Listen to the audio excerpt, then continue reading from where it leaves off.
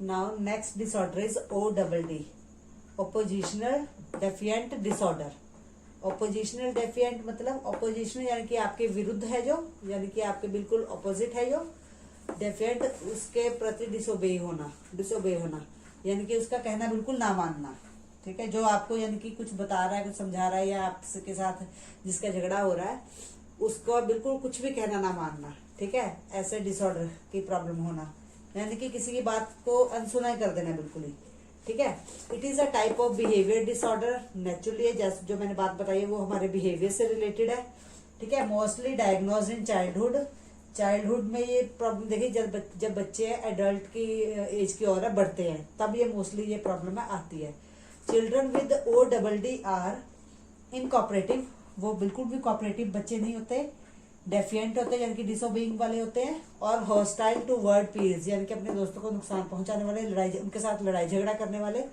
ठीक है, अपने पेरेंट्स को नुकसान पहुंचाने वाले, टीचर्स को और अदर अथॉरिटी फिगर, यानी कि हरदम अपने फ्रेंड्स के साथ, पेरेंट्स के साथ, टीचर्स के साथ है, और जो उनके ऊपर हाई अथॉरिटी है उनके साथ हमेशा लड़ाई झगड़ा को तैयार कर, उनके साथ लड़ाई झगड़ा करने को तैयार रहने वाले जो बच्चे वो ऑपोजिशनल डिफेंट डिसऑर्डर के अंडर है वो आते हैं। ठीक है, यानी कि जो बात सुनते ही नहीं है, यानी कि कहना ही नहीं मानते हैं, उनको लगता है कि मैं ही सही हूँ बस। ठीक है, ऐसे तो उनके सिम्टम्स देखिए। एक्सेसिवली आर्ग्यूइंग यानी कि छोटी सी बात को लेके वो आर्ग्यू करते जाते हैं, बढ़ाते जाते हैं बात को, वो चुप नहीं होते, ना ही वो सुनते हैं किसी की बात। अपसेट अदर्स, दूसरों को डिस्टर्ब करते हैं अपने हरकतों से, दूसरों का ध्यान भी अपने ओर खींचते हैं। इसके कुछ सिम्टम्स है वो ADHD से मिलते जुलते हैं, वो भी बिहेवियर डिसऑर्डर है और ये भी। ठीक है, अपसेट अदर्स। ठीक है, सीकिंग रिवेंज यानी कि अगर किसी के साथ लड़ाई झगड़ा हो गया तो उसको और बढ़ाने की सोचेंगे, उससे बदला लेने के बारे में ही सोचेंगे, उसको खत्म करने के बारे में नहीं सोचेंगे, यानी कि बहुत ज्यादा गुस्सा होता है इनके अंदर, बहुत ज्यादा एंगरनेस होती है। ठीक है, लैक ऑफ कंसंट्रेशन, ध्यान नहीं केंद्रित करते हैं कि अगर ध्यान करने अपने गुस्से की ओर ध्यान केंद्रित करते हैं, दूसरी बातों की ओर ध्यान वो केंद्रित नहीं करते। लैक ऑफ कंसंट्रेशन, अच्छी बातों की ओर या टीचर जो पढ़ा रहा है, जो पेरेंट्स समझा रहे हैं उनके और कंसंट्रेशन उनकी बिल्कुल भी नहीं होती है। डिफिकल्टी इन मेकिंग फ्रेंड्स, अगर ऐसी नेचर है तो नेचुरली है उनका कोई फ्रेंड है वो बनने को तैयार नहीं होता। तो नेक्स्ट जो सिम्टम्स देखा गया उनके फ्रेंड्स से ज्यादा नहीं होते हैं। ठीक है, सिंपल सा ये डिसऑर्डर है, अपोजिशनल डिफेंट डिसऑर्डर है, यानी कि जो डिसोबेइंग बच्चे हैं वो कैटेगरी है इसमें ऐड होती है। ओके, तो ये उनकी नेचर में आ जाता है, और धीरे धीरे जैसे जैसे प्रॉब्लम बढ़ जाती है आगे जाके उनकी लाइफ है वैसे बनती जाती है, और उनमें उनको बहुत सारी प्रॉब्लम्स है वो सोसाइटी में जाके फेस करनी पड़ती हैं, जिसकी वजह से उनका फ्यूचर है वो स्पॉइल भी हो सकता है। ठीक है, तो नाउ कॉजेज इसके सेम है, जेनेटिक्स भी हो सकते हैं, एनवायरमेंटल भी हो सकते हैं, स्मोकिंग और अल्कोहल भी हो सकता है, और कोई ब्रेन इंजरी भी हो सकती है। इनको आप डिफाइन करोगे ODD की डेफिनेशन के अकॉर्डिंग अपने वर्ड्स में। तो ये है आपका ODD यानी कि oppositional defiant disorder. Now come to the next disorder, that is the last disorder. Now हमारा नेक्स्ट डिसऑर्डर है OCD, ऑब्सेसिव कंपल्सिव डिसऑर्डर। बेटा ये ऑब्सेसिव कंपल्सिव डिसऑर्डर यानी कि बिहेवियर से रिलेटेड है ये डिसऑर्डर हमारी नेचर से। जिसमें क्या है कि जो पर्सन है उसकी अपने थॉट्स के ऊपर है कंट्रोल है, वो नहीं रहता। ठीक है, उसका वो जो काम करता है वो बार बार यानी कि एक काम को बार बार देखता है, बार बार चेक करता है। ठीक है, बिल्कुल एग्जैक्टनेस उसको चाहिए होती है, उसमें कोई भी उसको प्रॉब्लम नहीं चाहिए होती है। मोस्टली इसमें वो वाले बच्चे भी आ जाते हैं जो बहुत इंटेलिजेंट होते हैं। ठीक है, तो ऐसे बच्चों के अंदर ही मोस्टली डिसऑर्डर देखने को मिलता है। तो जो केयरिंग बहुत होते हैं, जिनको किसी की लाइफ की चिंता बहुत रहती है, ठीक है, ऐसे बच्चे इसमें आ जाते हैं। तो देखिए, obsessive compulsive disorder OCD is a common chronic long lasting disorder. बहुत ही यानी कि कॉमन है, बहुत ही खतरनाक है, एंड लॉन्ग लास्टिंग बहुत लंबा चलने वाला डिसऑर्डर है।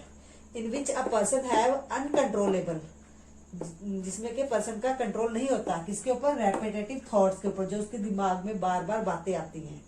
And behaviour they can not control, और उसके थॉट्स के साथ जो उससे रिलेटेड बिहेवियर होता है उसको वो कंट्रोल नहीं कर पाता। ठीक है, तो इसके सिम्टम्स देखिए।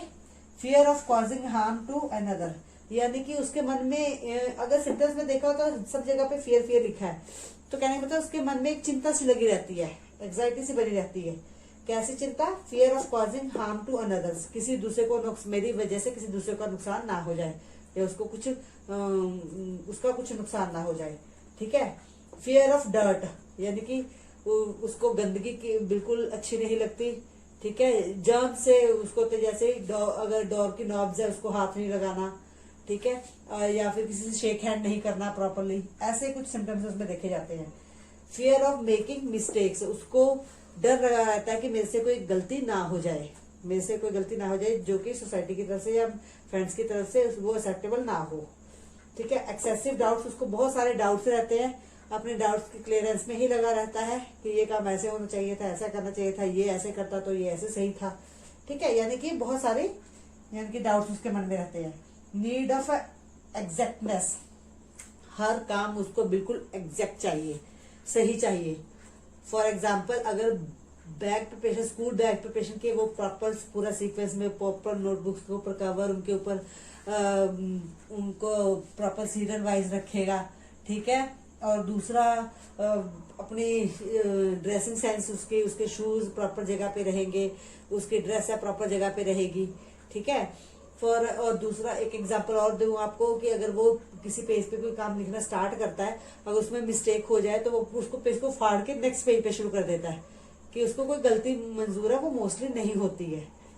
ठीक है। यानी कि यहाँ उसको इस तरह से ठीक करेगा कि उस गलती का पता ना लगे।